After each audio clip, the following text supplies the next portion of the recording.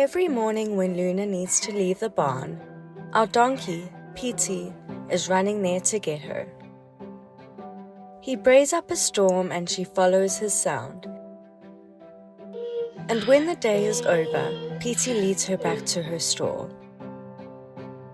Sometimes Luna will forget where the barn door is.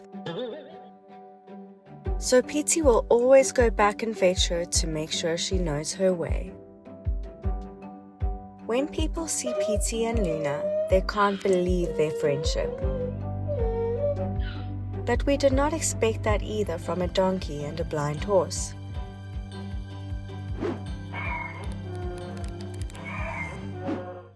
When Luna came to the farm, she was the most incredible horse ever.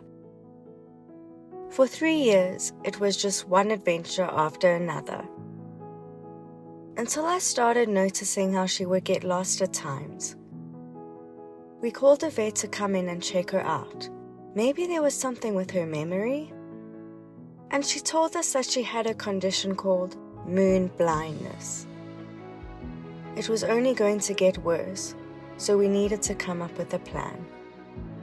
And that's how we decided to bring a donkey into our family.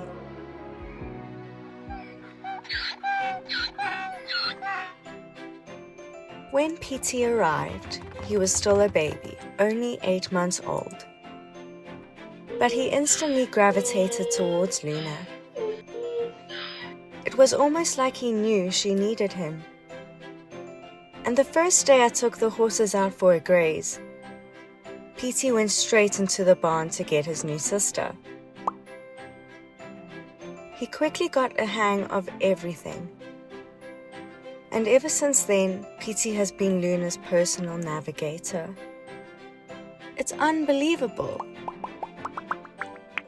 Wherever Luna needs to go, she will always stop and make sure she hears Petey's hoofbeats behind her. Honestly, it never gets old, and we still wonder if it's real at times.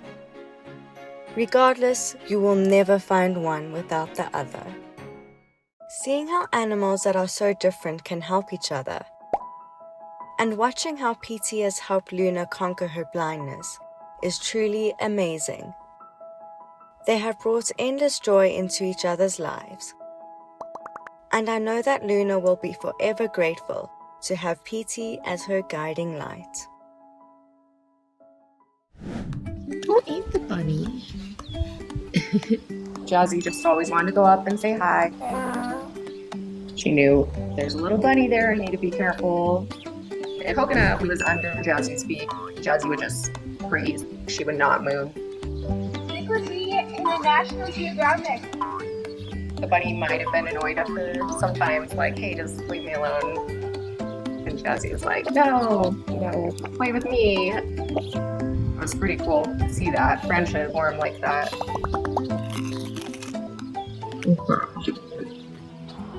So we moved about 2 years ago, and we found someone who was selling her property, and she couldn't keep Jazzy anymore. Is this no yummy? Jazzy was just super kind. She immediately fit right in with us. She let the kids brush her, and she'd just follow us around. It was instant love for all of us. Good morning. Good morning, sweetie. Around that time, we had Coconut. I started bringing her with me every time I was hanging out with Jazzy. And Jazzy was super interested, like her ears pricked up. They just kind of sit together and nuzzle each other. Jazzy was older and gentle and like a really sweet soul. But she was also sassy at times. So I think they probably shared a little bit of that sassiness. She just loved hopping around her whole area and hanging out with her.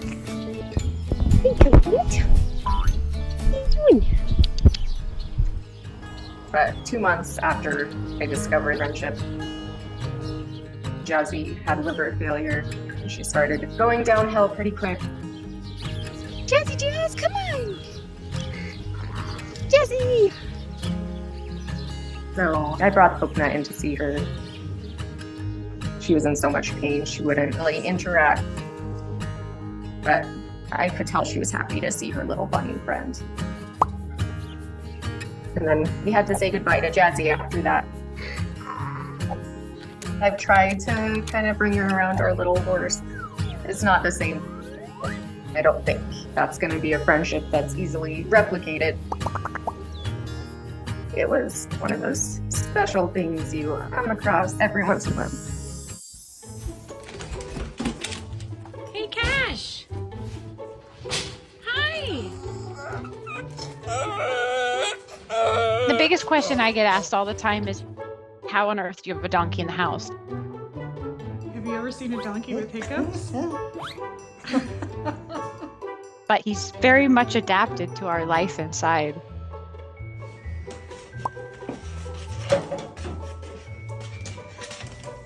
He gets his bottle before bed, and then he goes in our room with us. We turn the lights off. He goes over to the side of the bed that my husband's on, and he just sleeps the whole night. Oh gosh, it's amazing. I'm filming our little gorilla. One morning, my husband and I happened to be walking, checking our fences. We went into a part of the farm we'd never really go into, and all of a sudden, we had a very big surprise this morning. We go outside, and one of our donkeys gave birth way earlier than we thought. We watched her jump up and started stomping and kicking him. So we ran over, I jumped on Cash. My husband came and cut the umbilical cord, and we ran him inside to save him. And the journey began of us raising a baby donkey in the house. And I remember that first night, I don't think we slept at all. At the same time, we both knew this is basically our child, and we have to keep him alive. Cash! Hey! Cash! And all of a sudden, he realized, okay, this is my home. I'm safe. And he just came alive. He was like a little racehorse running around all over the place. That progressed to he'd run up next to another animal and do like a little kick like he was showing off. But he really just wants to always know right where we are and be within sight of us. You're acting like your big brother. What's that for? He very much likes to be the center of attention. But he definitely looks at us like we're his parents.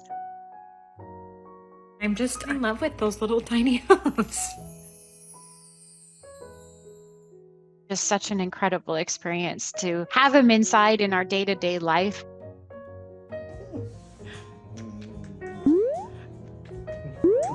He's a good example of loving unconditionally. We let him interact with his mom through the fence, and he loves her. He just is so happy to be alive, and it does something to you when you watch that. It's pretty amazing. When you wish upon a star, makes no difference the donkey you are. When Dean starts singing, something curious happens. Heard there was a secret chord that David played to please the Lord. 7 donkeys surround him and sink in his voice. Everybody get together, try to love one another right now. They lay their heads on his shoulder Berry wine. and wait for pets, cuddles, but most importantly, music. My sunshine, my only sunshine. Dean wishes he knew what it's all about. It all began with one tiny donkey. Their friend was moving and couldn't take the donkey with her. So she gave him to Dean and his wife Dawn. This fluffy baby would bounce around so happily. It stole their hearts. So soon their family grew into a whole herd. But everything changed when their first foal arrived at the farm. The little one was so nervous. so unsure of the world around him. That's when Dean had an idea. He took the baby donkey in his arms and started singing a gentle lullaby. Country road, take me home. And you wouldn't believe it. It worked like magic. The more Dean sang, the more donkeys would gather. This little donkey of mine, I'm gonna let her shine. But then Dean realized it wasn't just about the singing.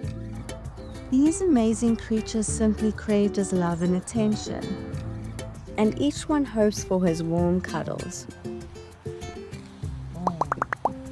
Every donkey has their own unique personality. Ivy just melted in Dean's arms. Mr. Donkers is the biggest boss around. But music brings them all together.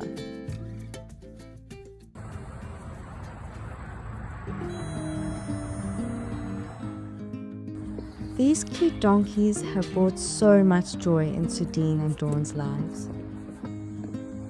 They bring peace with everything they do. From joining them at parties to just roaming around the meadows. And every single day, they can't wait to hear Dean's voice ring out across their pasture. You just locked it. Thank you. One day he started opening the doors, the stalls, and everything that had a lock on it. And he never stopped. What are you doing, Waylon? I heard you in here. What are you doing? He's mostly blind, but don't tell him that because he still thinks he runs the place. I think that people would not believe it was happening or that it was him doing it if we did not have video of him. Oh, you just want to show me how you open it? Yeah. So now we have actual padlocks on the stalls. If he starts to learn how to use the keys, I don't know what we're gonna do.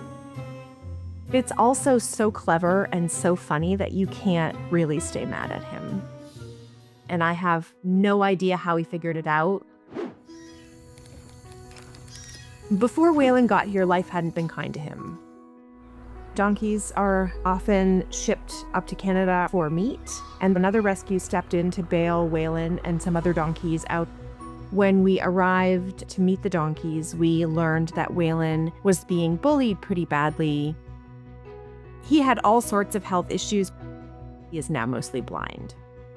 So we brought him here, and he didn't really want anything to do with us at first. He would see the goats interacting with us, and I think the goats maybe gave him the courage to approach us. And then as he got more comfortable, we started to see his personality come out. Sir, are you following me? Do you want to tell me why the hay feeder has been knocked over? Now even has his best buddy, the goat Willie Nelson. We went up to the barn one morning to let everybody out, and some of the goats were already out. The doors were open, and we thought we had forgotten to latch them. And then it happened a couple of times. And that's when we got a trail cam and realized it was Waylon that was doing this. Uh-huh. What's going on? Hey. He doesn't even care. And we put locking carabiners on the stalls, and he figured out how to open those. So now we have actual padlocks. Are you done now? And I think it started because he wanted Willie to come out of the stall.